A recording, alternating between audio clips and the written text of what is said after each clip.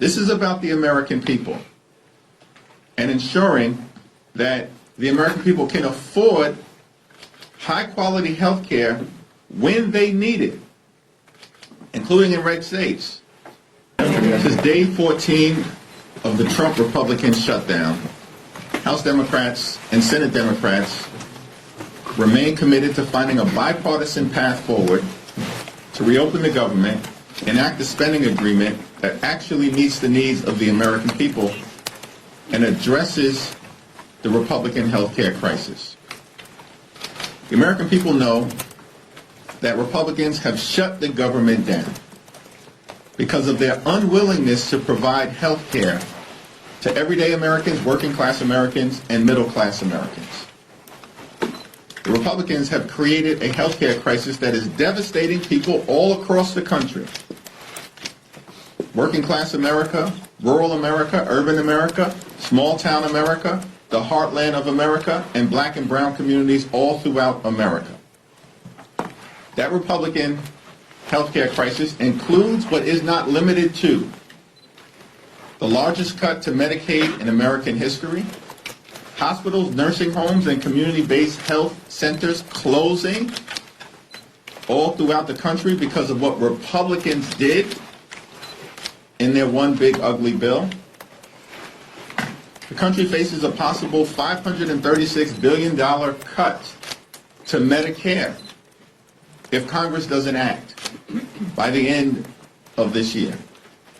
The Republicans continue to refuse to extend the Affordable Care Act tax credits, which is going to result in tens of millions of Americans experiencing dramatically increased premiums, co-pays, and deductibles. All across the country, including, most significantly, in states that Donald Trump won, and Republicans could care less. House Republicans canceled votes 2 weeks ago, canceled votes last week, canceled votes this week. House Republicans are on vacation, House Democrats are on duty here in Washington, D.C., ready to reopen the government, ready to support our troops and hardworking federal civil servants, and ready to address the Republican health care crisis that is crushing people all across the country in an environment where the cost of living is already too high because of failed Republican policies like the Trump tariffs. Questions? Senator Jeffries. The government shutdown's going to get worse each and every single day for so many Americans, and we've already seen the standoff persist for some time. Republicans have rejected the Democratic CR that includes all of your demands there. So why not come up with a new approach, put a new offer on the table to try to jumpstart something rather than dig into your position? We're open to sitting down anytime, any place with anyone in terms of our Republican colleagues, either here at the Capitol. Or why not put a new offer on the Either table? here at the Capitol or back in the Oval Office to have a conversation about finding a bipartisan path forward.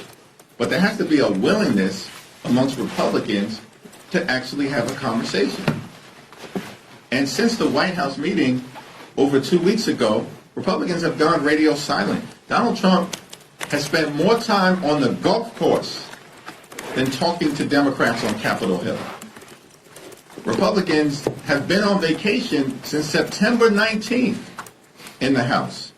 And in the Senate, the Republican strategy is to do the same exact thing, bring the same failed partisan Republican spending bill to the floor over and over and over again, knowing it's going to go down.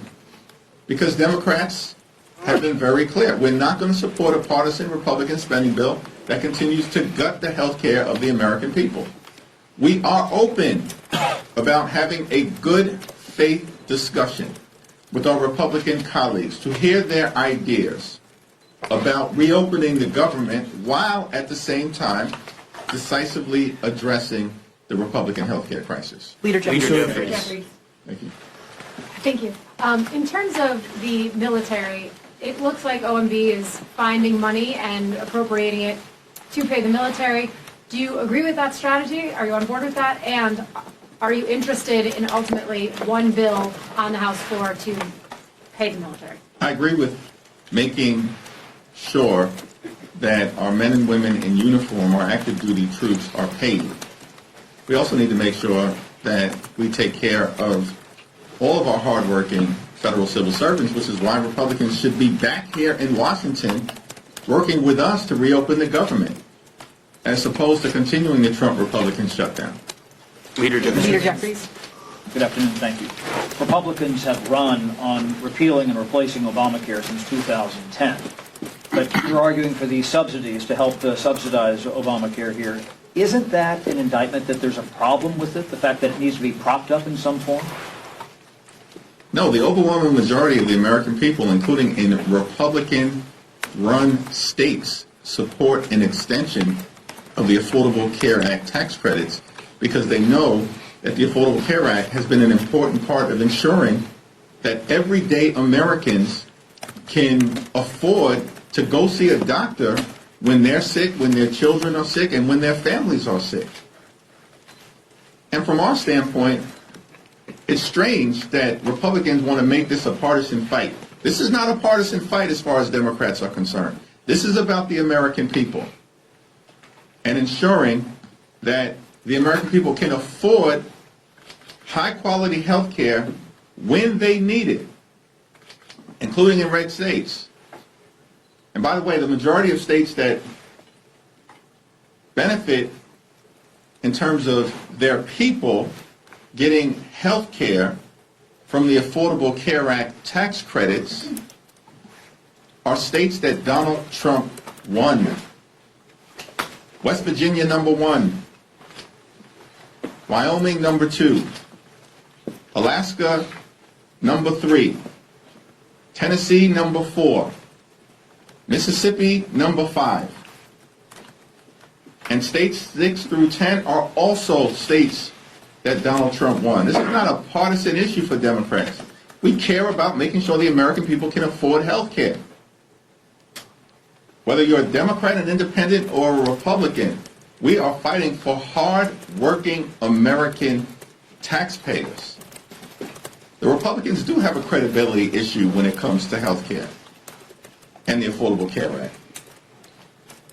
The American people know we're standing on the side of lifting up their quality of life, and Republicans have spent the last 15 years, you are correct, trying to repeal and displace people off the Affordable Care Act. In fact, they've done it more than 70 times, which is why if we're going to resolve this issue, it can't simply be a Republican winging a prayer.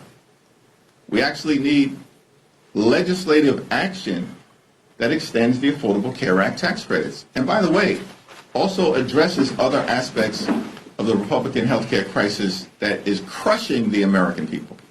Thanks. Leader Jeffries. Third row, thanks. The judiciary can only continue its full paid operations through Friday. Do you have any concerns about what will happen with that, criminal and civil cases? We remain completely and totally concerned by all of the aspects of the Trump Republican shutdown, which is why we need them to abandon their failed my way or the highway approach, their take it or leave it approach, and the Republican go it alone approach. Because if Democratic votes are needed to reopen the government, which is the case, then this has to be a bipartisan discussion to find a bipartisan resolution to reopen the government and address the Republican health care crisis. We are very concerned with all of the implications of this Trump Republican shutdown and how the American people are being hurt.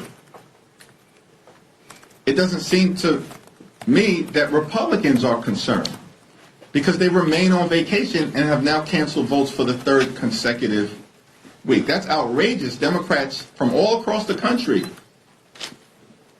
will be here in person, meeting in just a few hours and throughout the week because we want to reopen the government. And the question has to be asked, why in the world are House Republicans still on vacation, spread out across the country and the world. It's perplexing. It's shocking. I'm flummoxed by the whole situation. It makes no sense. They're reinforcing the narrative that they could care less about the quality of life of the American people. Leader Jeffries. Leader Jeffries. Mr. Leader, I want to ask you about November 1st, which is when open enrollment begins, as you know, and some rates are already being set. There are some who think that's a date by which, at this point, the leverage over the shutdown may not matter as much because the ACA subsidies will be in motion in terms of the rates. How do you feel about that idea? Well, our view has always been that we have to address the Republican healthcare crisis and the need to extend the Affordable Care Act tax credits with the fierce urgency of now, because at this moment in time, notices are going out to people all across the country indicating that their premiums, copays, and deductibles are about to skyrocket. People are about to pay thousands of dollars more per year. And for many hardworking American taxpayers, you're talking about their health insurance rates doubling, tripling, or quadrupling. In the congressional district that Speaker Johnson represents, you're talking about thousands of people in his district who are about to experience a 379% premium increase. How is that acceptable? That's happening right now. One of the reasons why we have to act right now is because of the November 1st open enrollment period. That's just the beginning of the open enrollment period. It'll last until early to mid-December. And so Republicans can try to run away from this problem that they've created by continuing to break our healthcare system, but they will not be able to hide. And that will become increasingly clear, as Marjorie Taylor Greene consistently has pointed out, in the weeks to come. Leader Leader Jeffries. Jeffries. You got it? Mirka. Yeah. You've mentioned several times that you believe Republicans have a House majority due to the North Carolina gerrymander. They announced yesterday that they're going to try to draw Don Davis out of his seat. I want to get your reaction to that. And also, do you believe that Proposition 50 in California is enough to offset everything that Republicans are doing to try to redraw the map ahead of next year? And also, the Supreme Court is hearing the Louisiana redistricting case tomorrow. So I just want to get your thoughts on North Carolina, Prop 50, and the Supreme Court oral arguments tomorrow.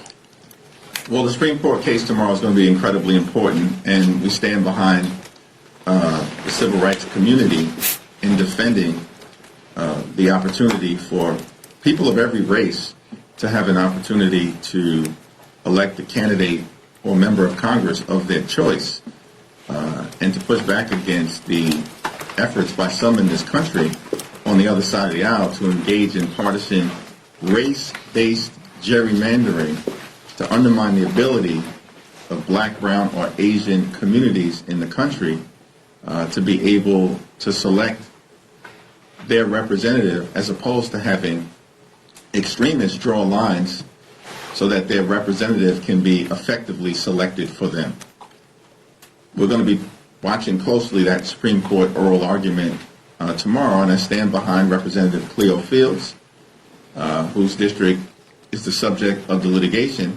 And we also, of course, stand behind the civil rights community's efforts to preserve both Section 2 of the Voting Rights Act as well as the 14th Amendment protections against racial gerrymandering and undermining the ability of communities of color to elect the candidates of their choice.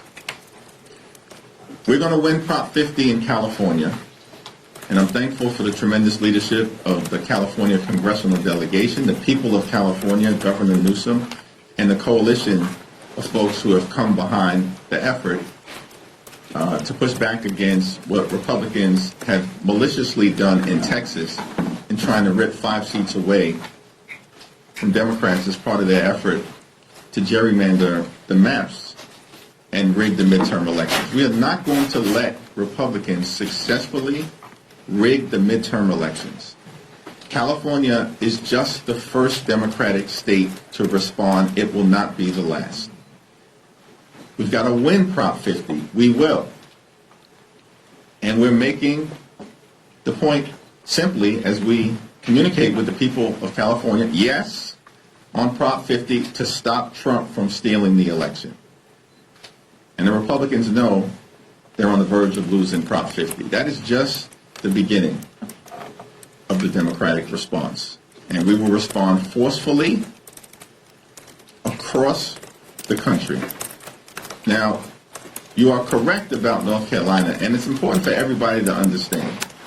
This whole notion that we're in the midst of a Republican wave, a sea change politically, notwithstanding what happened in a bitterly disappointing election in November of 2024, but the notion of that myth that Republicans have tried to perpetrate is belied by the fact that Republicans currently have the narrowest majority of any party since the Great Depression. The narrowest majority since 1931, as I understand it. A 3-seat majority.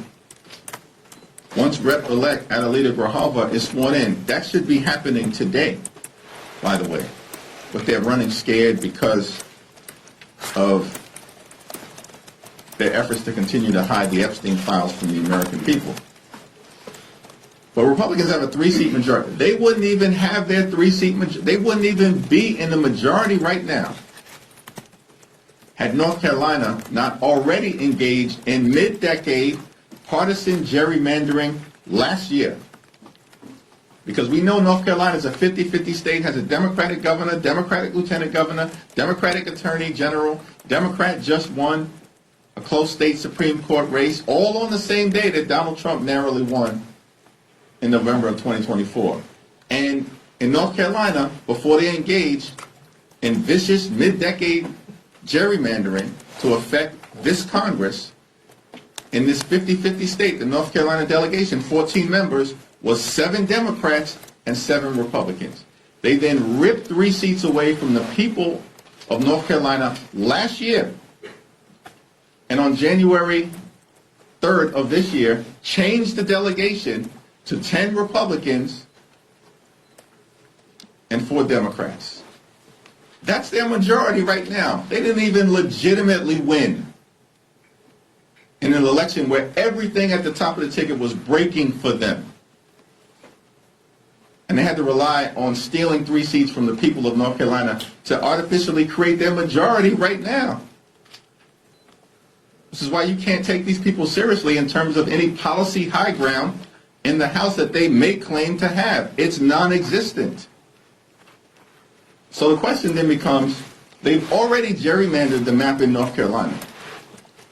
And because Donald Trump, their boss, ordered them to go back and try to create an additional seat, this is what they're going to try to do. We're going to make sure that Representative Don Davis is reelected in North Carolina, and Democrats are going to take back control of the House of Representatives. Leader Jeffries. Thank you, Mr. Leader. Are you aware of any plans to try to pay federal law enforcement? And in particular, do you think there should be something should be done to help U.S. Capitol Police? I know their union just put out a statement. They haven't gotten paid since Friday. And are you concerned that could impact the safety here at the Capitol? Something should be done to stand by the U.S. Capitol Police. We're so thankful for their bravery and patriotism, service and sacrifice, and of course, should be done for law enforcement, as is the case for all federal civil servants, which is why Republicans need to get back into town and show up at the negotiating table so we can reopen the government, negotiate a bipartisan spending agreement that actually improves the lives of the American people, as opposed to what Republicans want to do, which is to get Democrats to sign off on their partisan Republican spending bill that continues to gut the health care of the American people. It's not going to happen. We need to address the Republican health care crisis. We've made that clear repeatedly now for weeks. And that position is not going to change. Leader Jeffries. Leader Jeffries. Back in March, and even a little bit coming into this government funding deadline, there was a lot of concern among Democrats that if the government was shut down, that it would empower and give Trump the ability to run around Congress and do what he wants with government funding.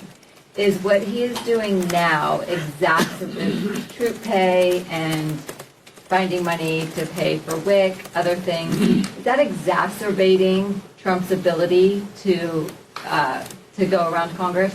In previous shutdowns, funding has always been identified to make sure that the Women's, Infants, and Children program has been funded, and we expect that that should happen during this moment in time as well.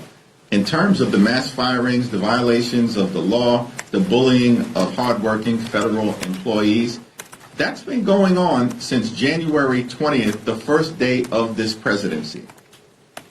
The focus of the Trump administration has been on visiting chaos and confusion and cruelty on the American people, as opposed to doing what Donald Trump and Republicans promised on day one, which is to lower costs. But costs aren't going down in the United States of America. Costs are going up. Inflation is up. Electricity bills are up. Housing costs are up. Grocery costs are up. And now Republicans refuse to extend the Affordable Care Act tax credits, which is going to skyrocket health care premiums, copays, and deductible. Everything we're seeing right now in the midst of this Trump Republican shutdown is consistent with their failed policies that haven't made life more affordable for the American people. Republicans continue to make life more expensive. And Democrats are working hard to fix our broken health care system because of the crisis Republicans have created and to lower the high cost of living. Leader Jeffries. You've alluded to and hit at this throughout the press conference about the pain that is going to be felt by federal workers, et cetera, over the coming weeks if this drags on. Which pain, as you're navigating the path forward here, is greater in your view? Is it the pain that is going to be felt by federal workers and people that depend on the federal government for services, or is it the prospect of skyrocketing insurance premiums? And is there a point where the shutdown pain becomes too great that it's not tolerable anymore for Democrats to hold this position? The pain of a government shutdown is being felt by all Americans, and it's unfortunate that Donald Trump and Republicans have decided to shut the government down and then not to do a damn thing to find a bipartisan path forward. Not a thing over the last 2 weeks. I mean, Donald Trump literally has spent more time on the golf course than talking to Democrats. He spent more time creating deepfake videos than talking to Democrats. House Republicans have chosen to cancel votes now for 3 consecutive weeks. This is their behavior. These are facts. No one disputes these things. And as Democrats, Leader Schumer and Senate Democrats who courageously continue to hold the line, partnering with House Democrats, have made clear, we will sit down with anyone, anytime, any place to reopen the government and find a bipartisan path forward. But at the same time, we have to address the health care crisis that is breaking hardworking American taxpayers throughout the country. And the American people know it. This is not a manufactured health care crisis. It's real. And it's been visited upon the American people by Donald Trump and the Republican Party. Leader Jeffries. The President and the White House have confirmed now 4,000 firings across the federal government. As Kevin noted, that's something that Democrats previously said they were concerned about. If there was a government shutdown, the President would go through with this. Is there a way that Democrat strategy here has opened the door for the President to go about these firings? Donald Trump and his administration have been engaging in mass firings since day one of his presidency. For the Republicans, cruelty is the point. And the fact that they are celebrating, meaning the extremists, the extreme MAGA Republicans, the fact that they're celebrating firing hardworking federal employees doesn't strengthen their position with the American people. It weakens it. Because the American people don't accept that kind of cruel and callous behavior, and know that any responsible group of people would actually be standing up to support our hardworking federal employees and trying to actually find a bipartisan path forward to reopening the government, which is what Republicans refuse to do. In the face of a growing healthcare crisis, open enrollment on November 1st, premiums, copays, and deductibles about to skyrocket, and the fact that Republicans have already enacted the largest cut to Medicaid in American history as part of their one big ugly bill so they could reward their billionaire donors with permanent tax breaks. Well, at the same period of time, refuse to consider a multi-year extension of the Affordable Care Act or a permanent extension of the Affordable Care Act tax credits. Democrats are fighting for everyday Americans. Cancel the cuts, lower the costs, save health care. Leader Jeffries. Thank you. Yankees collapsed. Not cool, Chad. They're going to riff Aaron Boone? Chad, not House Minority Leader Hakeem Jeffries, Democrat, New York, addressed reporters on Tuesday during Day 14 of the ongoing government shutdown. He said Democrats in both the House and Senate remained committed to finding a bipartisan path to reopen the government and reach a spending deal that reflects the needs of the American people.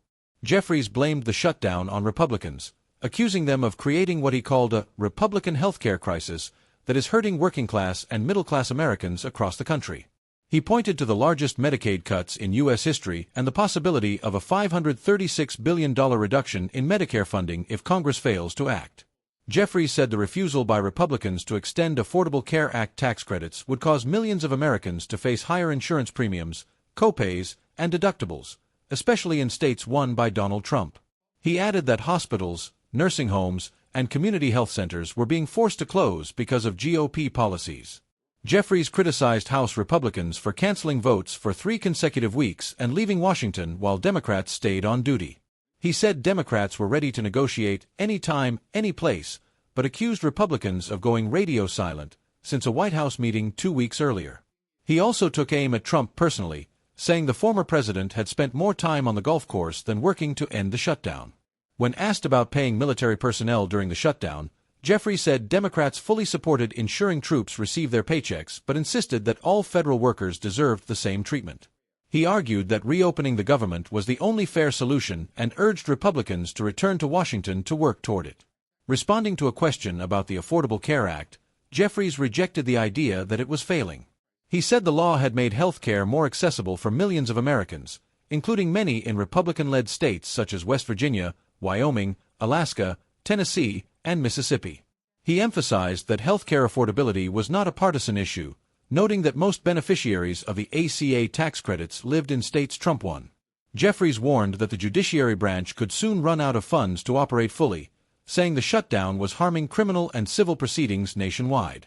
He accused Republicans of taking a my way or the highway approach and failing to recognize the human toll of their inaction. Democrats, he said, were deeply concerned about the effects of the shutdown on families and government services.